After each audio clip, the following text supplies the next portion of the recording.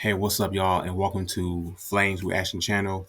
So today's video, we're going to check out Cypress Hill versus Westside Connection. And before we start this video, I want you guys to hit that like, comment, and that subscribe button, and also please hit that notification bell whenever I drop a brand new video. And without further ado, let's check out this beef between Cypress Hill and Westside Connection.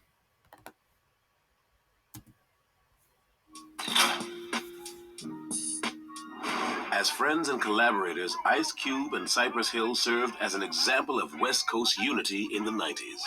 I always was down with him, and he was always one of my favorites. And I said, if I'm gonna build my name, I want people to, look at me like they look at him or like they look at KRS-One.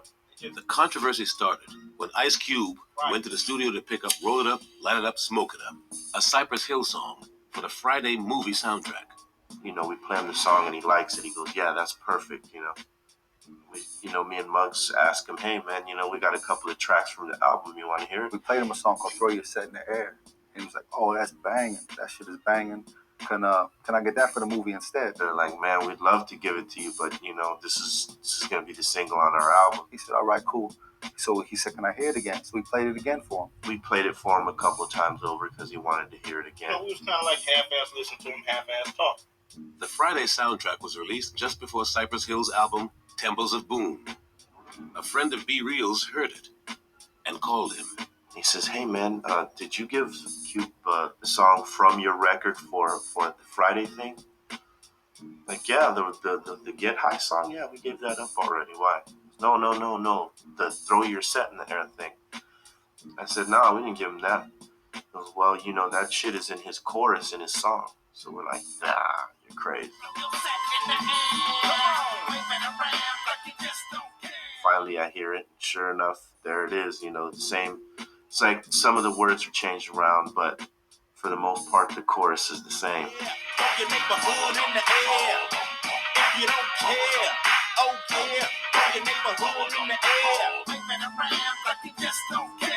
We was thrown back like, what?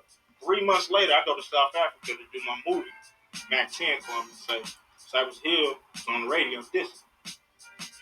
So what? He calls me, asks me if, why we're dissing him. And I said, hey, man, the guys feel like you snatched up the song. There was a misunderstanding where they thought that I took one of their hooks and this, that, and the other. Sitting there telling me that he was, he didn't do it. It's, we're friends and this is hip hop and everything.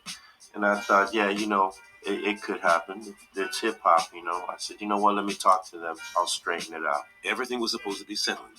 And Ice Cube asked B Real to record some vocals for Caution, a group signed to Cube's Lynch Mob Records. But in the studio, there was another problem. And I heard a couple lines that were the same things I used on the Temple of Boom record. And I thought to myself, wait a minute. That's my line. How the hell is it on this record? I'm like, damn, again? In my opinion, I felt like he saw my reaction, and I walked out of the room for a second to make a phone call. When I came back, the line was gone. And I was thinking, oh, wait a minute, that line ain't there no more. Okay, I know I'm not tripping. So I come back and I have a talk with these guys again, Muggs and Sim. I said, hey, I think he really did take our shit. Bitch ass motherfucker. Peter Pie ass nigga. B Real recorded No Rest for the Wicked, aimed squarely at Ice Cube. Cube made a song called Wicked, which supposedly, he stole from King's son from the Bronx. I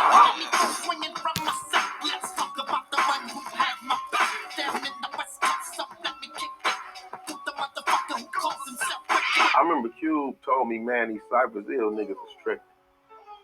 I thought them was your homies. Because they was down. And he said, yeah, I thought they was my homies too, but them niggas is dissing. Me, I don't run from no channel, from nobody. Even though we was dogs, I feel like they should be dealt with the worst. Oh, yeah. It ain't no for motherfuckers. Niggas don't understand. Ice Cube, among the most influential MCs in hip-hop history, was also legendarily vicious in battle.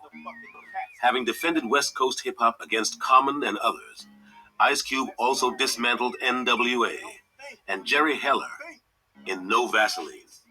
After No Rest for the Wicked, Ice Cube took aim at Cypress Hill with King of the Hill.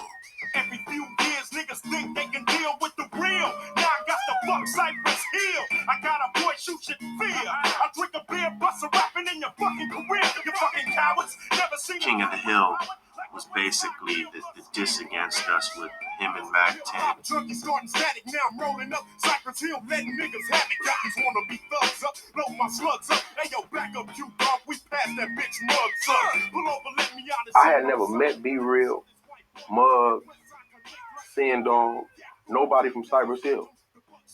And they was blood. But I was with this nigga, so I didn't give a fuck.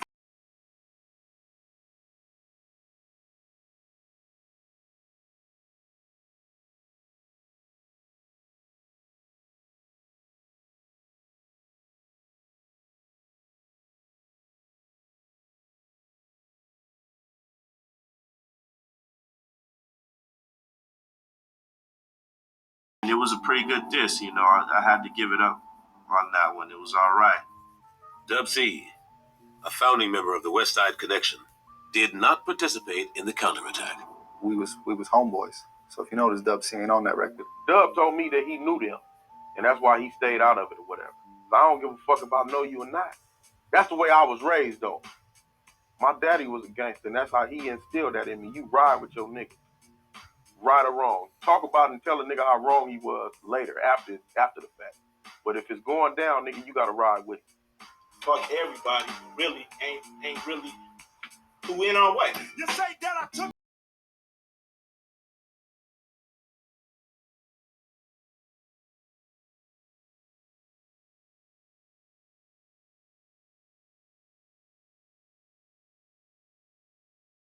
The most difficult part about that shit was to say something about Sin Dog. Sin even had a conversation with Cube and said, Cube, man, I remember No Vaseline. I ain't got nothing to do with this shit. And we still went on it, because that's how gangster it was at the time. And we didn't know was that a setup or what? So we just covered all bases. Fuck Sin Dog too. And Sin Dog is so wacky, ain't worth dissing. You niggas.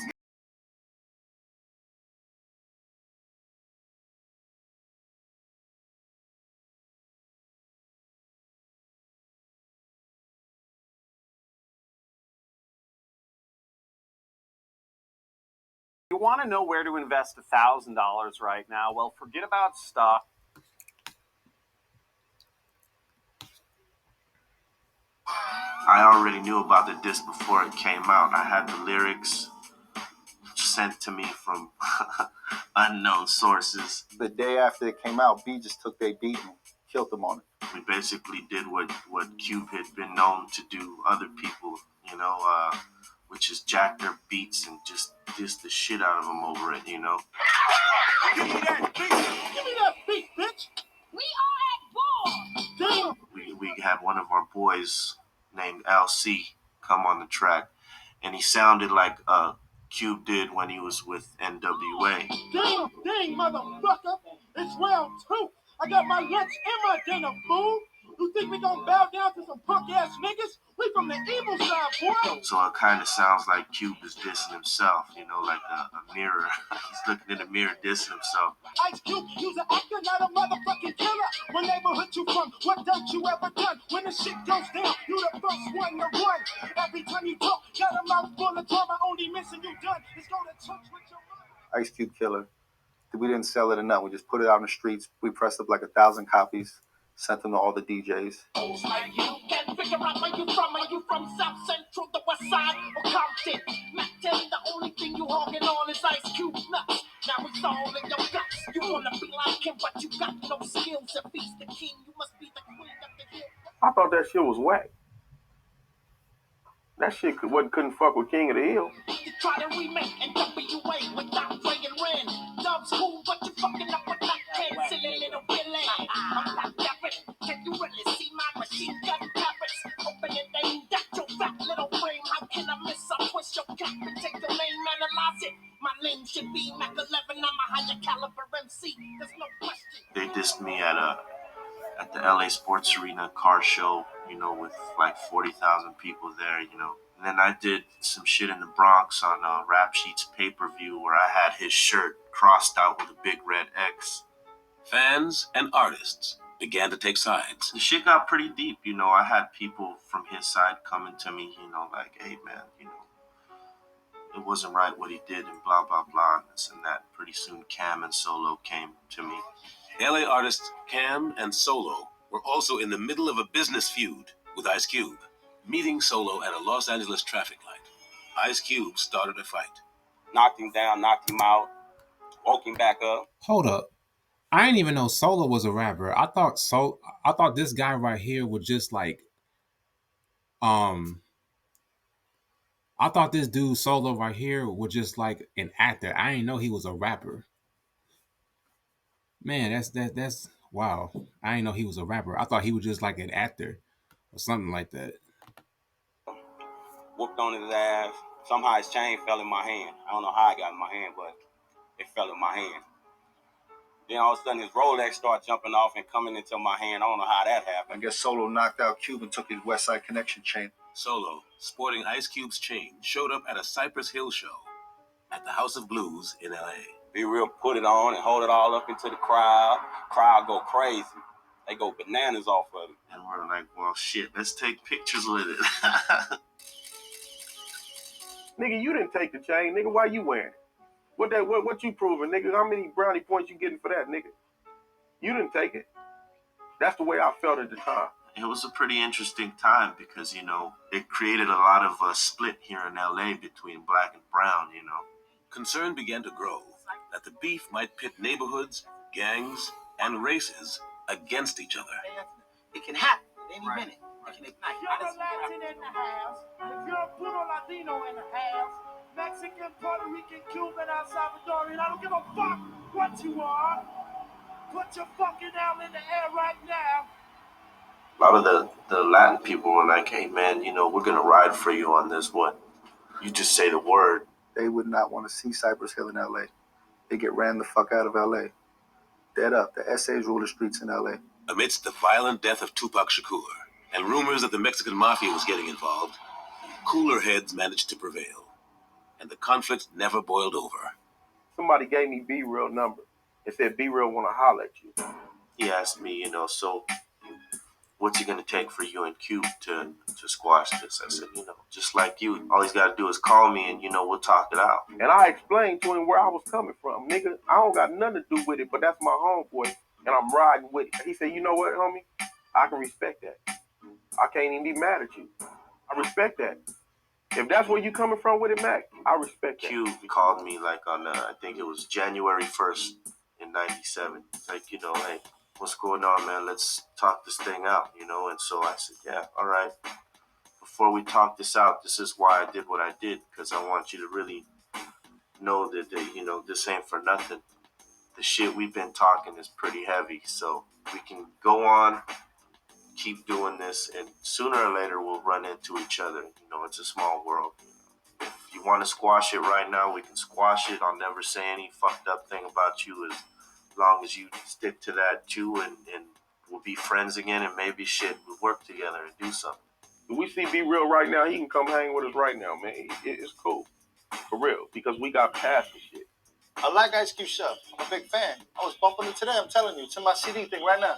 Definitely, there's no beef whatsoever. I mean, when I squashed it with him and I said my piece, that was it. Mac 10 to, Be Real and Ice Cube have worked together since, and while their friendship has never returned to what it was, the beef should be remembered as an instance of a business dealing between artists, almost escalating into citywide violence. It should also be remembered as an example of how two sides can come together to settle a dangerous situation. All right, y'all. That's it for this video, and I'm out. Peace, y'all.